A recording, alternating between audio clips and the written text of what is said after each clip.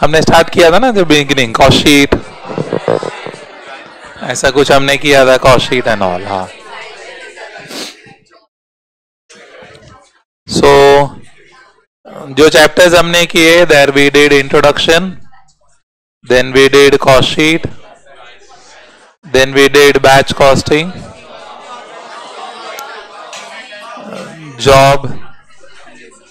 Job costing किया था हमने, batch costing, job costing, that is chapters which we have covered. बराबर है? Okay. So when we started the discussion, in that we had the methods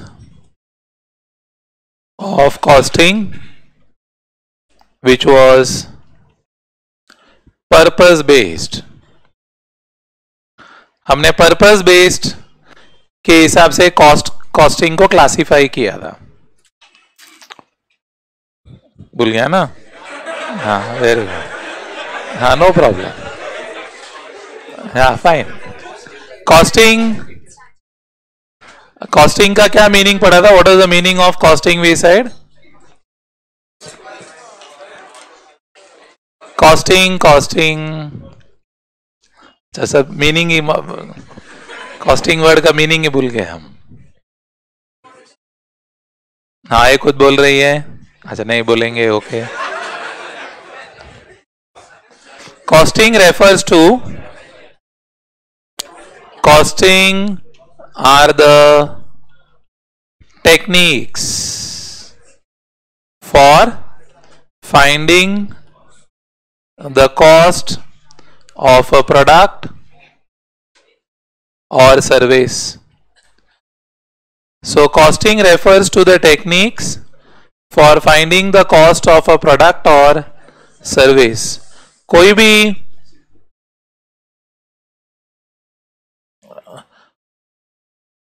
product या service का cost ढूंढना है, then the method, मतलब the technique which we are using is costing. That is why you have chapter names like service costing, you have contract costing, बराबर है.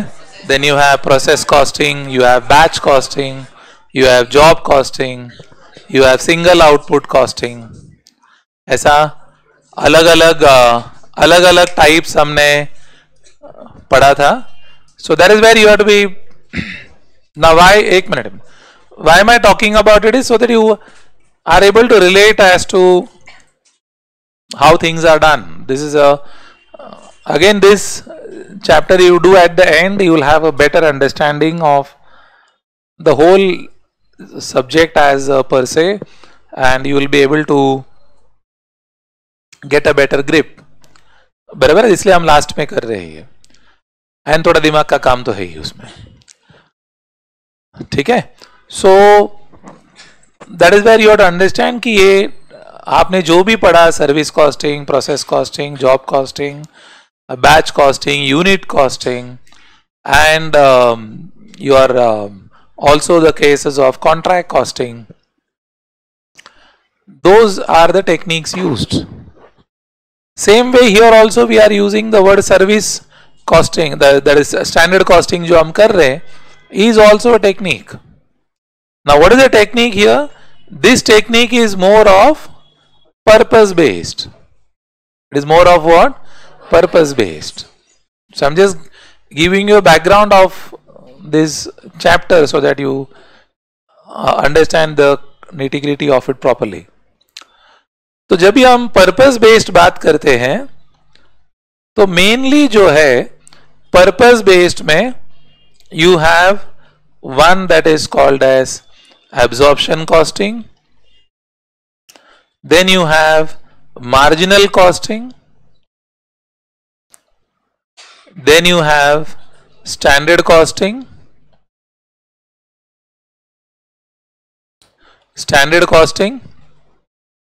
then you have something called as uniform costing. Uniform costing सुन रहे आप? हाँ. Now इसमें से आप अपना इंडेक्स देखोगे तो वेरी ऑब्वियसली इंडेक्स में कौन सा चैप्टर्स आपको नजर आएगा? मार्जिनल एक सेपरेट चैप्टर है, स्टैंडर्ड एक सेपरेट चैप्टर है. हाँ, overheads. Overhead is absorption costing.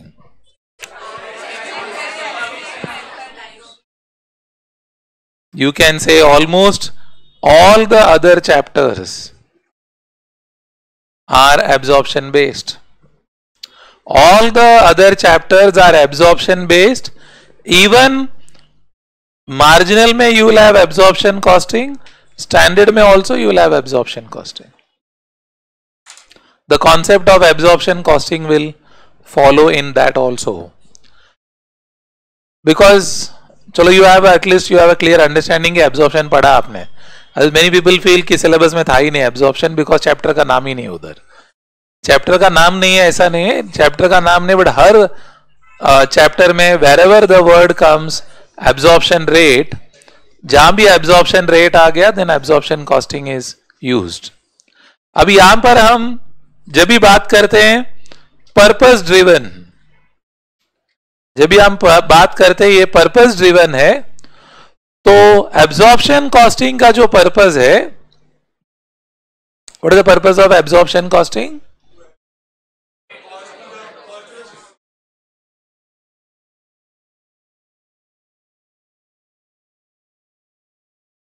आप जो बोल रहे हैं allocate the overheads, that is just one part.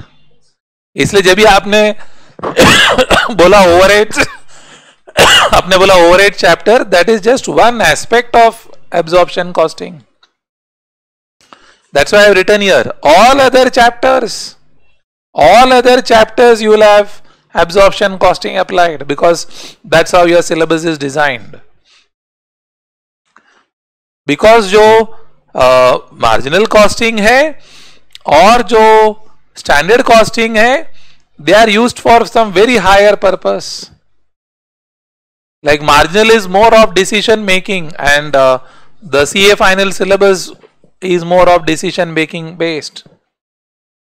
आपका सीए फाइनल में कॉस्टिंग है बट वो सेल्फ पेस्ड ऑनलाइन मॉड्यूल में है, एसपीओएम में, बट है जरूर. तो वहां पर आप देखोगे chapters they are more of decision making. And the second is standard costing, that it is of control systems. तो इसके लिए आपका जो ज्यादा आपको प्रैक्टिस करवाया है एब्जॉर्प्शन का है. तो what is the purpose of absorption? To find true total cost, to find the true total cost और the selling price. So main purpose है भाई, what is the true total cost, what is the selling price, ये इसका purpose है. And इसके लिए आप क्या करते हैं? What is the technique you do? The technique you do is, the technique you apply is you add all the costs. You are adding all the costs irrespective of its nature and variability. तो हम क्या करते हैं, आप कोई भी chapter का flashback करेंगे तो what you have done, you added all the cost. अब प्रोसेस ले लो, हमने सारे कॉस्ट को ऐड कर दिया है. अब सर्विस ले लो, आपने सारे कॉस्ट को ऐड कर दिया है. अब बजट बनाते, सारे कॉस्ट को ऐड कर दिया है. So you pick anything, unit costing, you have added all the cost. Batch costing, you have added all the cost. तो उसका नेचर जो भी है या उसका वेरिएबिलिटी कैसा भी हो, फिक्स्ड हो, वेरिएबल हो, सेमी वेरिएबल हो, आपने ऐड जरूर किया है उसको. बिकॉज इंटेंशन क्या है? To find the true total cost. भाई मेरा सच्चाई में कॉस्ट कितना है? What is the cost of my product? What is the true total of cost of my product? मुझे कितना चार्ज करना है वो बात का बात है. पहला मेरा जेब से कितना गया, मेरा जेब से कितना गया मेरे को उसको वो पहला जानना है। मेरा जेब से 10 रुपया गया, फिर मैं डिसाइड करूंगा कि मैंने जेब से 10 गया तो मैं कस्टमर से 20 लूं, 50 लूं, 100 लूं, 8 रुपया लूं कि 4 रुपया लूं, वो बात का फैसला है। पहले मेरे जेब से क्या गया। That is why this becomes an important part. That is what you have been trained to. And दूसरा जो पढ़ा आपने marginal costing, what is the purpose?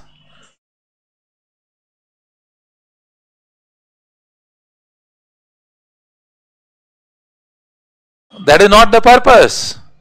That is a technique. The purpose is decision making.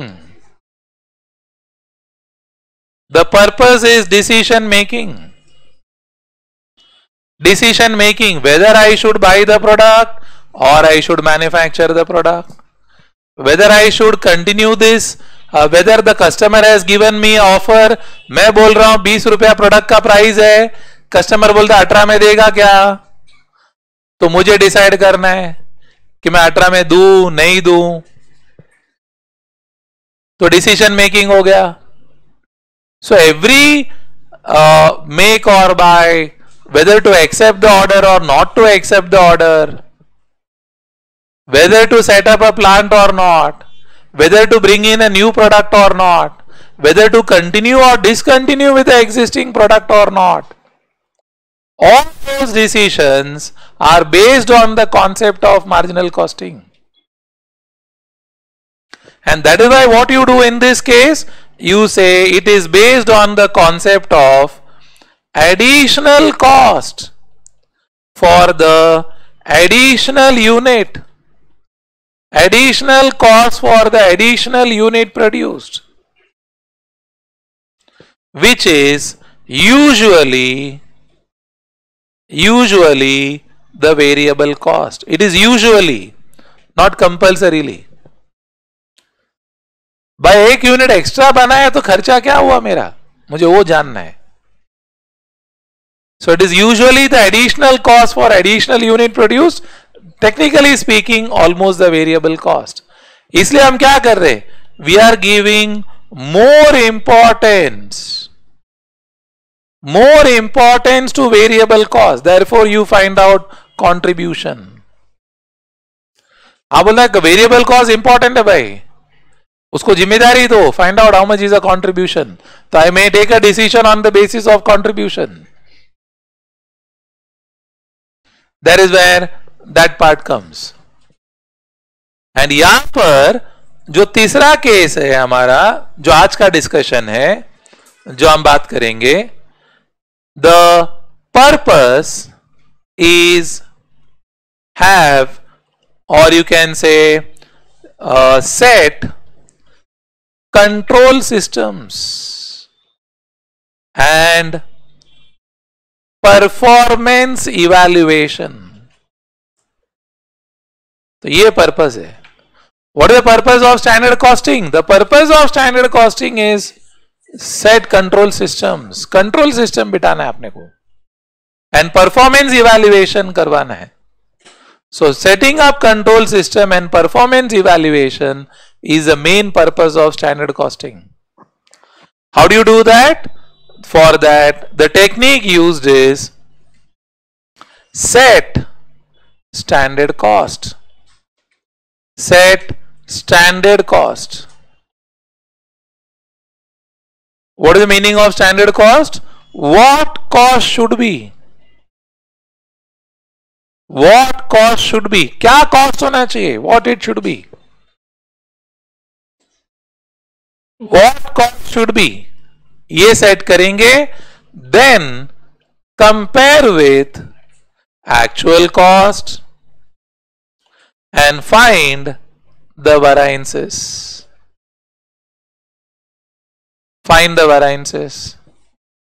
तो यहां पर जिम्मेदारी क्या है भाई? स्टैंडर्ड कॉस्ट सेट कीजिए. What is standard cost? Ideal cost. Because पैसा किसी का है, काम कोई और कर रहा है. पैसा किसी का है, काम कोई और कर रहा है, तो काम जिम्मेदारी के साथ कर रहा है कि नहीं, ये चेक कौन करेगा? The parameters you have set. Like when you say Reliance Industry, में 55% प्लस स्टेक मुकेश अंबानी का है, but the work is done by whom? Employees. तो एम्प्लॉय लोग काम करते, डिसीजन वो लोग ले रहे,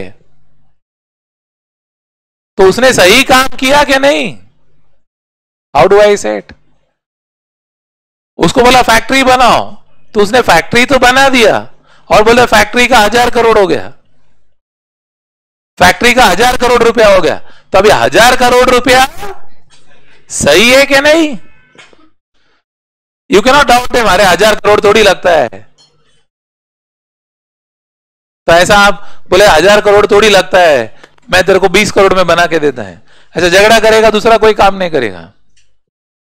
तो you had have substantial reasons.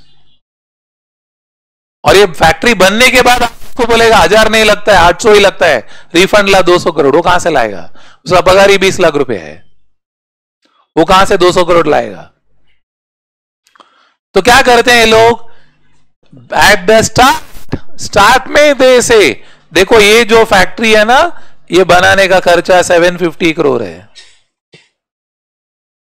तो पहले हमने बोल दिया देख फैक्ट्री लगाने का है 750 करोड़ है, या ये प्रोडक्ट बनाने का 20 रुपए में बनना चाहिए। तू मटेरियल खरीद के लाएगा, ये प्राइस में खरीद के लाएगा, तू लेबर लेके आएगा, ये प्राइस में लेबर लेके आएगा। जैसे आप नया नया घर में जिम्मेदारी उठाते हैं, तो घर में सबसे starting stage, I don't know you started और not, but whenever is your starting stage, and घर वाला बोलता है जरा सब्जी लेके आ जाओ, या दुकान से ये सामान लेके आ जाओ, and you are at the beginning stage and they are quite mature to handle you and they know you well, so they say ना देख भाई 1 किलो टमाटर लेके आ, एंड आप भी जिम्मेदार है, तो आप बोले 1 किलो टमाटर मैंने तो कभी लिया नहीं है,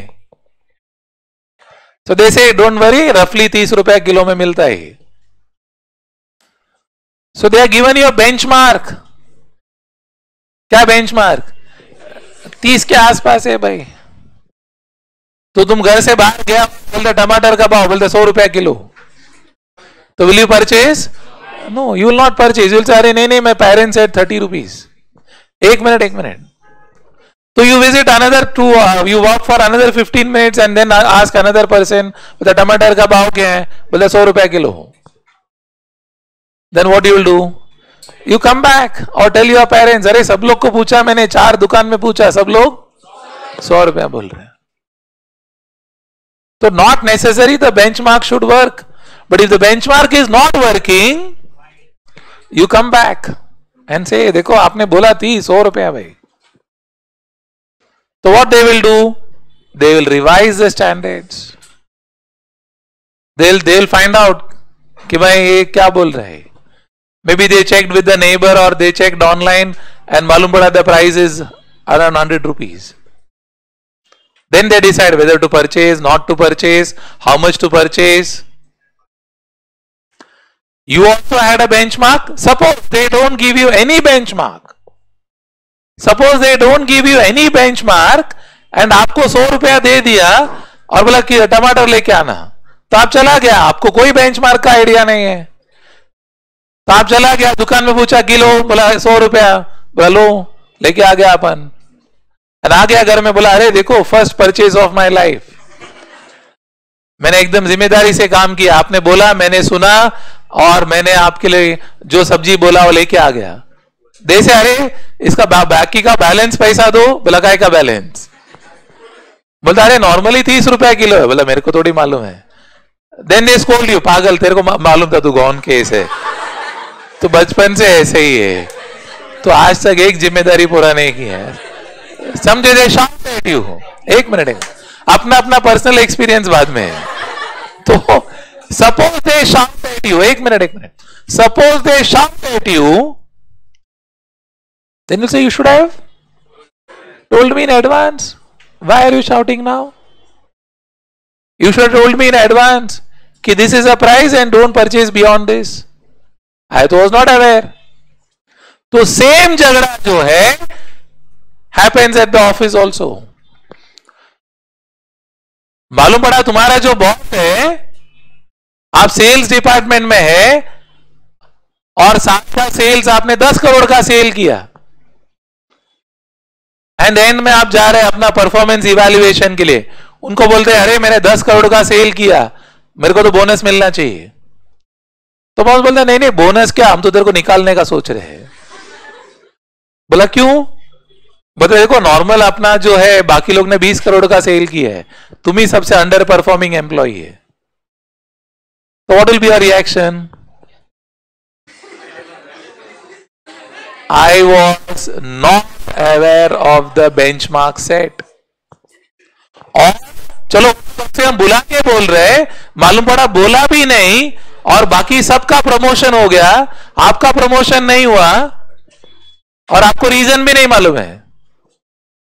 तो फिर हमारे दिमाग में पार्शियलिटी। आप बोला घर में तो पहले से होता था, अब ऑफिस में भी हो रहा है, मेरा स्टार ही खराब है। Logical no? तो मतलब एक मिनट तो पॉइंट इज एक मिनट तो what is standard costing doing? It is setting things in advance. तो इसलिए हमने क्या लिखा है, ध्यान से देख लेना, इंपॉर्टेंट वर्ड है। क्या लिखा है? Set standards compare with actuals, जो डिफरेंस है दैट इज अ वेरिएंसेस। इसलिए अगर आप फॉरेन टेक्स्ट बुक्स पढ़ोगे in for whatever reason later on, then standard costing का दूसरा नाम है variance analysis. So if you see some advance text books that time, अगर आप सर्च करोगे for standard costing chapter, there is no standard costing chapter, it is called as variance analysis because the whole concept progresses on those lines. Clear है इधर तक? ध्यान है? एक minute, are we clear till here? So that is the meaning of it. तो क्या करते, हर एक चीज का स्टैंडर्ड सेट करते हैं और उसको किसके साथ कंपेयर करेंगे? एक्चुअल्स। एंड वो एम्प्लॉय को रिवॉर्ड करना है कि पनिश करना है, वो ये बेसिस पे डिसाइड होगा। इसलिए हम क्या बोलते हैं, it is used for what purpose? Performance evaluation. And why control? Because the employee knows कि मुझे 100 रुपए से ज्यादा खर्चा नहीं करना है, तो आप एक कट ऑफ डाल रहे हैं, एक अलर्टनेस ला रहे हैं उसमें। Are we communicating? Hello, clear डिलिया? डन? अच्छा, अभी जो आपके सिलेबस में है, आपका सिलेबस में जो है that will come to, but before that we'll just close with this first, so our comparative gets over. Uniform costing. What is the meaning of uniform costing? If all the companies in an industry follow the same method, it is called uniform costing.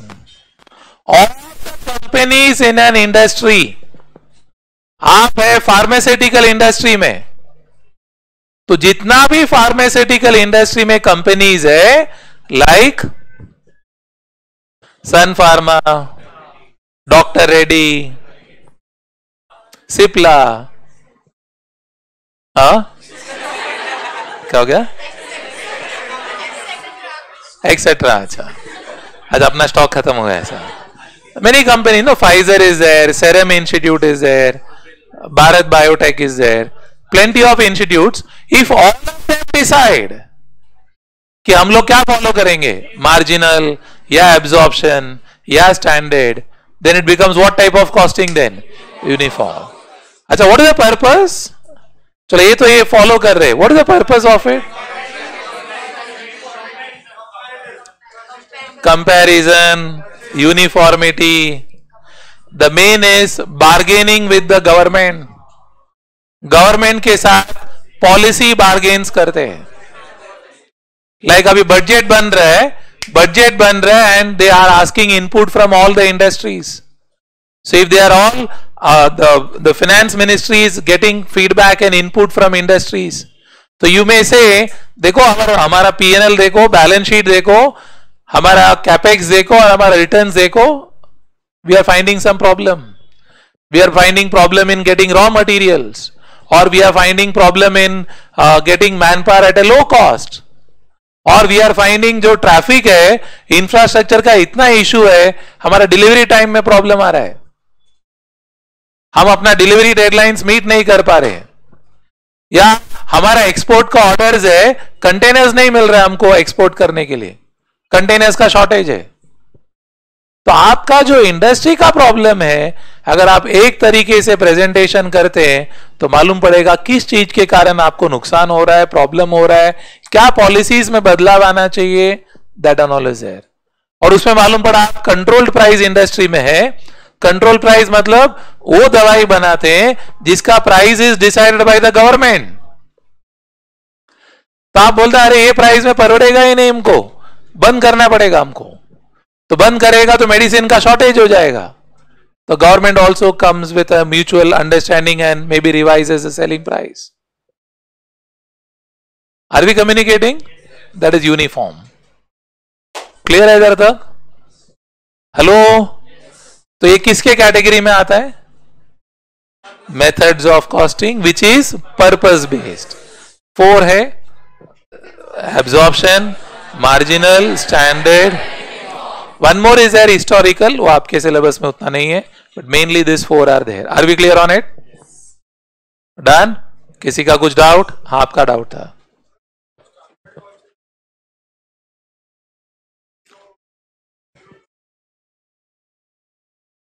Standard costing में जो control set कर रहा है, that itself gets carried forward to budget, या budgetary जो data है उसको use करके हम स्टैंडर्ड कॉस्टिंग करने वाले हैं ना.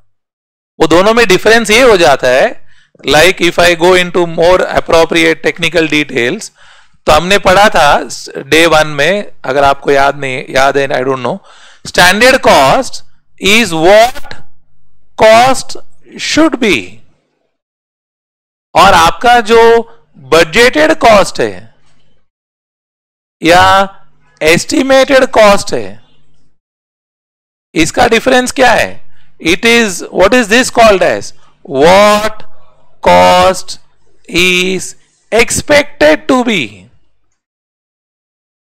ये दोनों में फर्क है एकदम गहराई से अगर हम सोचते तो. What cost should be and what it is expected to be. Maybe like maybe the at home, maybe one of your parents is very highly hygienic, मतलब बहुत cleanliness का उनको बहुत शौक है, या that is how their nature is. तो मालूम पड़ा either of your parent is too very particular on cleanliness and hygienic part of it, तो उनको तो थोड़ा बहुत भी कचरा यहां वहां नहीं चलता है, समझो. That is a standard benchmark. जैसे ऐसे होना चाहिए, एकदम स्पिक एंड स्पैन होना चाहिए. क्लियर है? हाँ. अभी उनको मालूम है कि आप साथ में रहते हैं, और उनको लग रहा है कि भाई लास्ट 15 साल से झगड़ा हो रहा है इसके साथ, अब ये इंटर भी कर रहा है, अभी इस इशू पे झगड़ा नहीं करना है. तो she says it's okay, I will reduce my standards, and based on his behavior, his or her behavior, I will start expecting things. मतलब ठीक है, स्पिक एंड स्पैन मत रखो, कम से कम कचरा चीज मत डालो, बुक्स रहेंगे चलेगा, बैग इधर उधर, थोड़ा सोफा सेट में कुछ सामान बुक्स पड़े, it's okay. So what they have done, is it standards or estimated? Estimated. You are modifying as per the given condition. आपको लग रहा है मेरा स्टैंडर्ड के हिसाब से तो ये लोग नहीं है, बट इनके हिसाब से आई विल थिंक. फर्क समझ रहा है क्या दोनों में? हेलो, हाँ, तो जो इन्होंने बोला बजटेरी कंट्रोल, सो बजटेरी कंट्रोल जो है that is more based on the conditions in which you are at. Standard जो है, you say this is how it should be, this is my benchmark, this is what I want to do it. But as far as your exams are concerned, आपके परीक्षा के लिए दोनों same है. Now why I am clarifying, because exam में कभी कभी they will interuse the words. सुन रहे क्या? एक फॉर्मूला में बोलेगा बजट और नेक्स्ट पेज में आप चला जाएगा उस लिखेगा स्टैंडर्ड, एंड आप मालूम पड़ा ये डेफिनेशन को रजिस्टर करके रखा है कि what it should be and what it is expected to be. आप बोले अरे दो तो अलग चीज है, तो मैं कौन सा लूं? As far as inter syllabus is concerned, both are same. But since he raise that doubt, I am clarifying. Clear on it? Hello, इधर तक का थॉट क्लियर है? हाँ, डेफिनेशन आ सकता है इसके ऊपर, तभी you can not say both are same. Theoretical question आता है तो दोनों का आंसर अलग अलग है. हाँ, अपना चैप्टर में क्वेश्चंस आते हैं, जब आप सॉल्व करते हो तो you can interchange those things. Clear on it? Proper numerical के लिए you can use it. I am clarifying, ध्यान से सुन लेना बराबर. अच्छा, देन कम्स, ठीक है फाइन, हम जो स्टैंडर्ड कॉस्टिंग करने वाले वो कितना पार्ट में है, मतलब हम किस किस चीज का स्टैंडर्ड सेट करने वाले. तो प्रैक्टिकल लाइफ में you have something called as standard costing with respect to materials, so it is called as material cost variances. Second is labor cost variances. Third is variable overhead cost variances. Fourth is fixed overhead cost variances. Fifth one is called as sales value variances. Sixth one, sales margin value variances. And the last is the profit variances. अब इसका story कैसा है and आपके syllabus में important क्या है मैं बोल दूंगा, सुन लेना. प्रैक्टिकली जस्ट एक चीज समझा रहा हूं मैं आपको. तो यहां से ऐसा स्टोरी शुरू होता है. कहां से स्टोरी शुरू होता है? What is meaning of variances? Difference. Difference. Difference in what? Profits. कौन सा प्रॉफिट में डिफरेंस है? Standard and actuals. लॉजिकल. दोनों प्रॉफिट में डिफरेंस है. ये प्रैक्टिकल लाइफ में एनालिसिस बोल रहा हूं, so it is easy for me to shift to the next level. तो प्रॉफिट में डिफरेंस है, तो हम बोल रहे हैं भाई प्रॉफिट में क्यों डिफरेंस है? तो हम बोलते हैं ये प्रॉफिट में जो डिफरेंस है, some part is due to sales and some part of profit difference is due to what? Cost. Sales, cost. अगर 2 लाख का डिफरेंस है, वो 2 लाख में से some part is because there was a difference in sales and some part is because there is difference in cost. And cost के अंदर you have these heads. What is the heads you have? Material cost, labor cost, variable overheads, fixed overhead. पूरा story समझा आपको? Clear और no? And आपका syllabus में you have only the cost related variances, not the sales related variance, nor the profit related variance.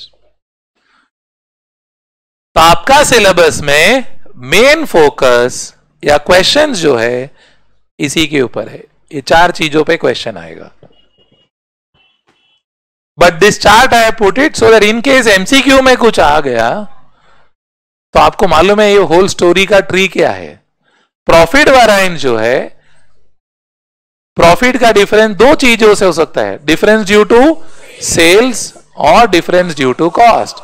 And in the cost, if I analyze, it may be difference in the cost of material or labor or variable overheads or fixed. Clarity? सुन रहे? तो मतलब ऐसा होगा, सुन लेना, ऐसा होगा कि 2 लाख का डिफरेंस है, उसमें से सेल्स के कारण 50,000 का डिफरेंस है और बाकी का 1.5 lakh is due to cost. उसके अंदर some part belongs to material, some to labour, some to variable. This is a overall view of standard costing. Clarity है? सुन रहे का आप? तो ये एक इंपॉर्टेंट पार्ट है. अब हम क्या करेंगे, will pick each one and do the part of it. तो हम एक पार्ट पिक करेंगे, इसका डिटेल्स करेंगे. एंड इसमें बेस्ट पार्ट क्या है? इसमें बेस्ट पार्ट ये है कि अगर आप एकदम परफेक्टली मटेरियल्स कर देगा तो आपका लेबर एकदम इजी हो जाएगा. लेबर भी इजी हो जाएगा, वेरिएबल भी इजी हो जाएगा. अगर मटेरियल सही तरीके से कर दिया तो टाइम लगेगा मटेरियल्स में. एक बार मटेरियल्स अच्छे से कर दिया आपने तो labour and variable will be fast, because then I will just carry forward the concept of material year and year. फिर दिमाग लगेगा फिक्स्ड ओवरहेड्स, फिर दिमाग लगेगा फिक्स्ड ओवरहेड्स में. Got it? Hello, any problem? Idea आया क्या? पढ़ने वाला आइडिया आया क्या आपको? कुछ कंफ्यूजन है? Done? Fine. Coming to the materials, I'll take one small example in that. Ready? सुनिए. अच्छा, आपका टाइम हो गया ना? हाँ, मैं वही बोला. ऐसा वो बॉडी लैंग्वेज में काय को ये काय सोडणार का नाही सोडणार के काय माझा काय है ना. मेरे ख्याल से आपका घर वाले लोग ऐसा मिस करते रहेगा आपका. दो दे में उसी फाइंडिंग ऐसा एकदम घर में कुछ ऐसा एंटरटेनमेंट ही नहीं है. मतलब ये रहेगा तो ऐसा ये लाओ वो लाओ या ये मत करो वो मत करो. चलो, आई होप इतना तक क्लियर है ना आपको? क्लियर? नो?